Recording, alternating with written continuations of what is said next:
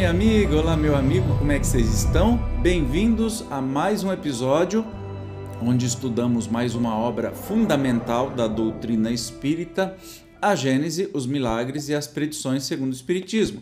Estamos na parte das predições, no capítulo que eu sempre esqueço, 15º, e hoje vamos falar sobre as ressurreições que estão lá no Evangelho. Então, sem demora, vamos para o texto. A filha de Jairo. Tendo Jesus passado novamente, de barca, para a outra margem, logo que desembarcou, grande multidão se lhe apinhou ao derredor. Então, um chefe de sinagoga, chamado Jairo, veio ao seu encontro e, ao aproximar-se dele, se lhe lançou aos pés, a suplicar com grande instância, dizendo: tenho uma filha que está no momento extremo, vem impor-lhe as mãos para a curar e lhe salvar a vida. Jesus foi com ele, acompanhado de grande multidão, que o comprimia. Quando Jairo ainda falava, vieram pessoas que lhe eram subordinadas e lhe disse: tua filha está morta, por que has de dar ao mestre o incômodo de ir mais longe? Jesus, porém, ouvindo isso, disse ao chefe da sinagoga: não te aflijas, crê apenas. E a ninguém permitiu que o acompanhasse, senão a Pedro, Tiago e João, irmão de Tiago. Chegando à casa do chefe da sinagoga, viu ele uma aglomeração confusa de pessoas que choravam e soltavam grandes gritos. Entrando, disse-lhes ele: por que fazeis tanto alarido e por que chorais? Esta menina não está morta, está apenas adormecida. Zombavam dele. Tendo feito que toda a gente saísse, chamou o pai e mãe da menina e os que tinham vindo em sua companhia e entrou no lugar onde a menina se achava deitada. Tomou-lhe a mão e disse: Talita cumi, isto é, minha filha, levanta-te, eu te ordeno. No mesmo instante a menina se levantou e se pôs a andar, pois contava 12 anos, e ficaram todos maravilhados e espantados. Então esse é o primeiro relato, de um milagre de ressurreição que está lá nos Evangelhos. Vamos agora para mais um relato, filho da viúva de Naim. No dia seguinte, dirigiu-se Jesus para uma cidade chamada Naim. Acompanhavam-no seus discípulos e grande multidão. Quando estava perto da porta da cidade, aconteceu que levavam a sepultar um morto, que era filho único de sua mãe, e essa mulher era viúva. Estava com ela grande número de pessoas da cidade. Tendo-a visto, o Senhor se tomou de compaixão para com ela e lhe disse: não chores. Depois, aproximando-se, tocou o esquife e os que o conduziam pararam. Então, disse ele: mancebo, levanta-te, eu o ordeno. Imediatamente, o moço se sentou e começou a falar. E Jesus o restituiu à sua mãe. Todos os que estavam presentes ficaram tomados de espanto e glorificavam a Deus, dizendo: um grande profeta surgiu entre nós e Deus visitou o seu povo. O rumor desse milagre que ele fizera se espalhou por toda a Judeia e por todas as regiões circunvizinhas. Bom, se a gente começa a avaliar, esta questão, começa a entender o seguinte: um milagre de ressurreição, a gente sabe que isso, primeiro que milagre não existe, derrocar as leis naturais. Então é impossível um corpo que não tenha mais vida ter vida novamente. O que acontece, nós sabemos hoje, por isso que é tão difícil, tão delicado determinar a morte da pessoa. Tem uma série de protocolos e especialmente a morte cerebral tem que ser determinada, mesmo que a pessoa esteja usando aparelhos e o seu corpo aparentemente está completamente funcionando. Imagine nessa época, e nós tivemos muitos casos recentes de pessoas que foram enterradas vivas num estado de letargia e que acordaram dentro do caixão e depois morreram de verdade por falta de ar, por fome, por alguma coisa, Agora, imagina na época de Jesus como isso deveria ser muito comum.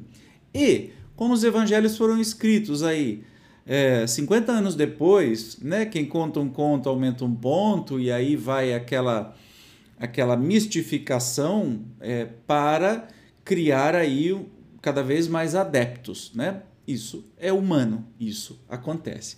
Mas vamos ver as explicações aqui de Kardec dos espíritos. Contrário seria as leis da natureza e, portanto, milagroso o fato de voltar à vida corpórea um indivíduo que se achasse realmente morto. Ora, não há mister se recorra a essa ordem dos fatos para ter-se a explicação das ressurreições que Jesus operou. Se, mesmo na atualidade, as aparências enganam por vezes os profissionais, quão mais frequentes não haviam de ser os acidentes daquela natureza num país onde nenhuma precaução se tomava contra eles e onde o sepultamento era imediato. É, pois, de todo ponto provável que, nos dois casos acima, apenas síncope ou letargia houvesse. O próprio Jesus declara positivamente com relação à filha de Jairo: esta menina, disse ele, não está morta, apenas adormecida.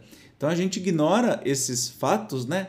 Como Jesus está dizendo, ela não está morta não, ela só está dormida. E você imagina, a pessoa morreu, já enterra instantaneamente.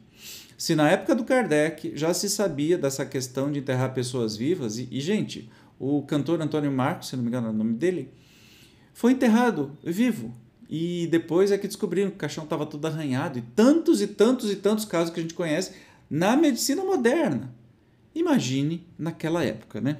Dado o poder fluídico que ele possuía, nada de espantoso há em que esse fluido vivificante, acionado por uma vontade forte, haja reanimado os sentidos em torpor, que haja mesmo feito voltar ao corpo o espírito, prestes a abandoná-lo, uma vez que o laço perispirítico ainda se não rompera definitivamente. Para os homens daquela época, que consideravam morto o indivíduo desde que deixara de respirar, havia ressurreição em casos tais, mas o que na realidade havia era cura e não ressurreição, na acepção legítima do termo. Entendeu? Então era cura, não era bem ressurreição. Aí você vai falar assim: ah, Evandro, e a questão do Lázaro? Né? Levanta-te, Lázaro, que era amigo, etc. Então, vamos entender. A ressurreição de Lázaro, digam o que disserem, de nenhum modo infirma este princípio. Ele estava, dizem, havia 4 dias no sepulcro, sabe-se, porém, que há letargias que duram 8 dias e até mais. Acrescentam que já cheirava mal, o que é sinal de decomposição. Esta alegação também nada prova, dado que em certos indivíduos há decomposição parcial do corpo, mesmo antes da morte, havendo em tal caso cheiro de podridão. A morte só se verifica quando são atacados os órgãos essenciais à vida. E quem podia saber que Lázaro já cheirava mal? Foi sua irmã Maria quem o disse. Mas como o sabia ela? Por haver já 4 dias que Lázaro fora enterrado, ela o supunha, nenhuma certeza. Entretanto, podia ter. Olha que interessante, né? A gente, quando analisa as coisas com um olhar mais crítico, vai descobrir muita coisa interessante a esse respeito, né? Que às vezes as religiões, às vezes não, nunca, porque as religiões querem tratar todas as questões como milagrosas e colocar Jesus como Deus, certo? O Espiritismo não vê Jesus como Deus e trata as coisas de forma lógica, não tirando toda a importância de Jesus e todo o trabalho que foi feito, toda a luz que ele trouxe para o mundo. Afinal de contas, o Espiritismo é cristão, né? Segue os ensinamentos de Jesus, não dá para chamar cristão, mas segue os ensinamentos de Jesus.